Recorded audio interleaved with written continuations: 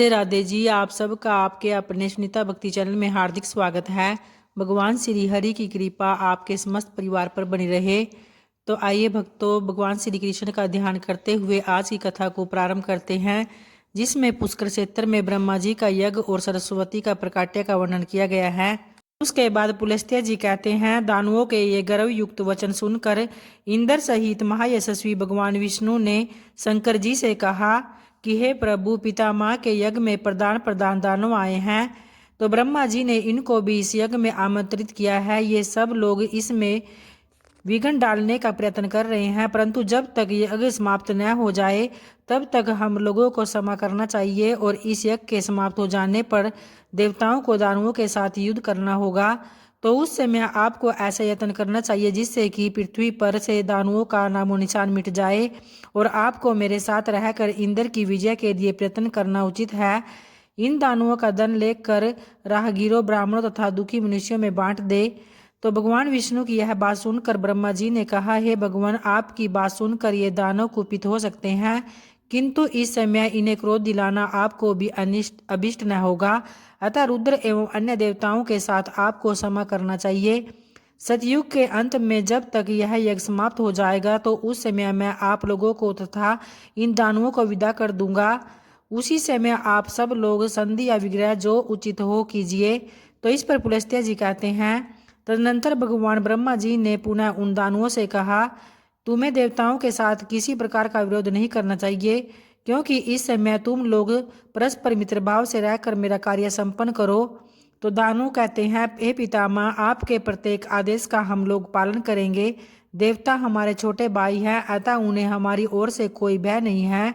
तो दानवों की यह बात सुनकर ब्रह्मा जी को बड़ा संतोष हुआ, और थोड़ी ही देर बाद उनके यज्ञ का वृत्तांत सुनकर ऋषियों का एक समुदाय वहां आ पहुंचा। तो भगवान विष्णु ने उनका पूजन किया और पिनाकधारी महादेव जी ने उन्हें आसन दिया तथा ब्रह्मा जी की आज्ञा से वशिष्ठ जी ने उन सब को अर्घ्य निवेदित करके उनका कुशल क्षेम पूछा और पुष्कर क्षेत्र में उन्हें निवास स्थान देकर कहा कि आप लोग आराम से यहीं रहे। तत्पश्चात जटा और मृगचर्म धारण करने वाले वे समस्त महर्षि ब्रह्मा जी की यज्ञ सभा को सुशोभित करने लगे, और उनमें कुछ महात्मा बालखिल्य थे तथा कुछ लोग संप्रख्यान एक समय के लिए ही अन्न ग्रहण करने वाले अथवा तत्व का विचार करने वाले थे। वे नाना प्रकार के नियमों में संलग्न तथा वेदी पर शयन करने वाले भी थे। उन सभी तपस्वियों ने पुष्कर के जल में ज्यों ही अपना मुंह देखा तो उसी क्षण में वे अत्यंत रूपवान हो गए, और फिर एक दूसरे की ओर देखकर सोचने लगे कि यह कैसी बात है। इस तीर्थ में मुंह का प्रतिबिंब देखने से सबका रूप सुंदर दिखता है। तो ऐसा विचार कर तपस्वियों ने उसका नाम मुख दर्शन तीर्थ रख दिया, और तत्पश्चात वे नहाकर अपने अपने नियमों में लग गए। उनके गुणों की कहीं उपमा नहीं थी। हे नरश्रेष्ठ, वे सभी वनवासी मुनि वहां रहकर अत्यंत शोभा पाने लगे, और उन्होंने अग्निहोत्र करके नाना प्रकार की क्रियाएं संपन्न की। तपस्या से उनके पाप सब भस्म हो चुके थे, और वे सोचने लगे कि यह सरोवर सबसे श्रेष्ठ है। तो ऐसा विचार करके उन द्विजातियों ने उन सरोवर का श्रेष्ठ पुष्कर नाम रख दिया। फिर उसके बाद ब्राह्मणों को दानवों के रूप में नाना प्रकार के पात्र देने के पश्चात वे सभी द्विज वहां प्राची सरस्वती का नाम सुनकर उनमें स्नान करने की इच्छा से गए, और तीर्थों में श्रेष्ठ सरस्वती के तट पर बहुत से द्विज निवास कर रहे थे। तो नाना प्रकार के वृक्ष उस स्थान की शोभा को भी बढ़ा रहे थे। वह तीर्थ सभी प्राणियों को मनोरम जान पड़ता था, और अनेकों ऋषि मुनि उनका सेवन करते थे। उन ऋषियों में से कोई वायु पीकर रहने वाले थे और कोई जल पीकर, तो कुछ लोग फलाहारी थे और कुछ केवल पत्ते चबाकर रहने वाले थे।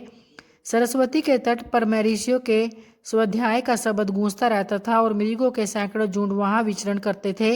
अहिंसा तथा धर्मपरायण महात्माओं से उस तीर्थ की अधिक शोभा हो रही थी, और पुष्कर तीर्थ में सरस्वती नदी सुप्रभा, कांचना, प्राची, नंदा और विशाला नाम से प्रसिद्ध 5 धाराओं में प्रवाहित होती है।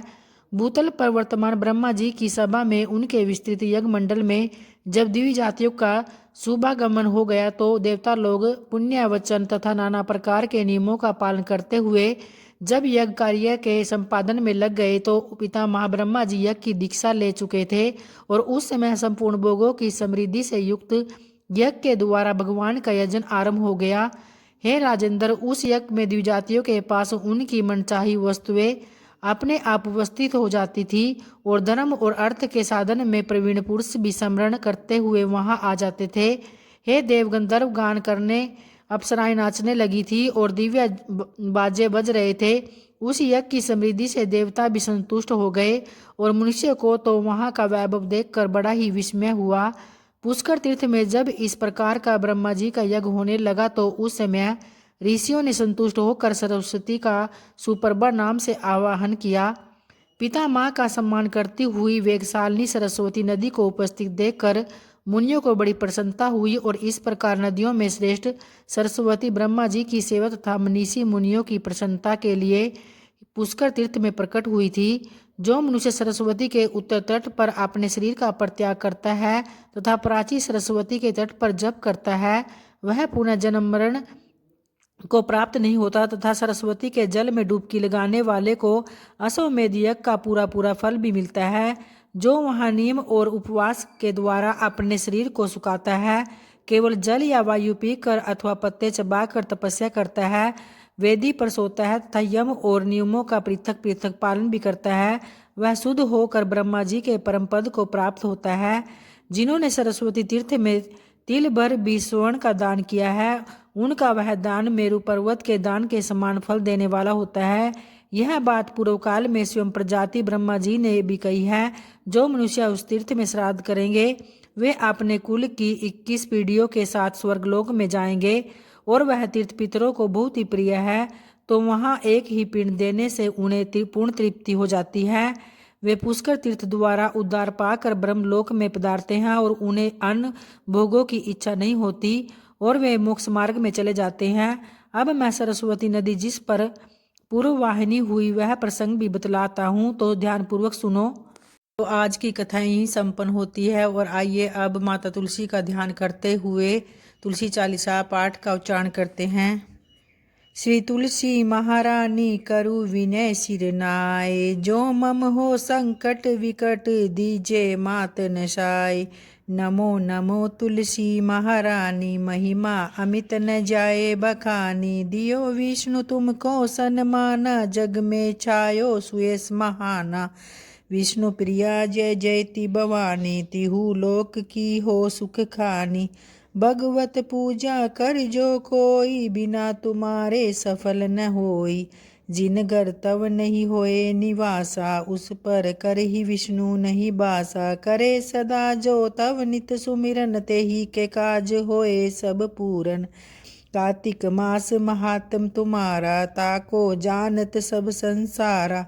तब पूजन जो करे कुंवारी, पावे सुंदर वर सुकुमारी। करे जो पूजन नित प्रति नारी, सुख संपत्ति से होए सुखारी। वृद्धा नारी करे जो पूजन, मिले भक्ति होवे पुलकित मन।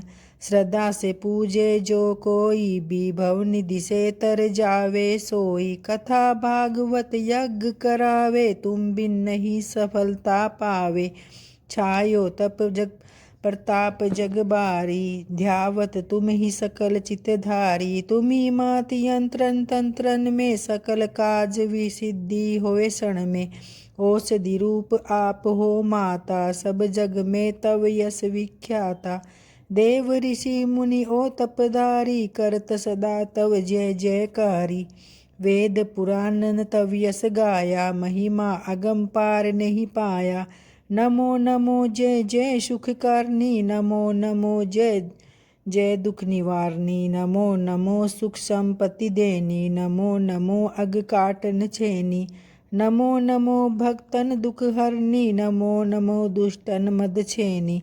नमो नमो जय कुमति नसावनी, नमो नमो सुख उपजावनी। जयति जयति जय तुलसी माई, ध्याऊं तुमको शीस नवाई।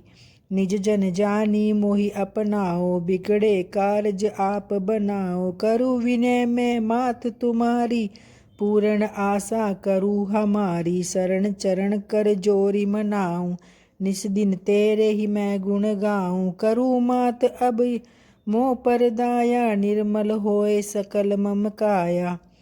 बारह मास जो करे कोई पूजा, तासम जग में और न दूजा। प्रथम ही गंगा गंगा जल मंगवावे, फिर सुंदर स्नान करावे, चंदन अक्षत पुष्प चढ़ावे, धूप दीप नैवेद्य लगावे, करे आचमन गंगा जल से, ध्यान करे फिर हृदय निर्मल से, पाठ करे फिर चालीसा की, स्तुति करे मात तुलसा की, यह विधि पूजा करे हमेशा, ताके तन नहीं रहे कलेसा।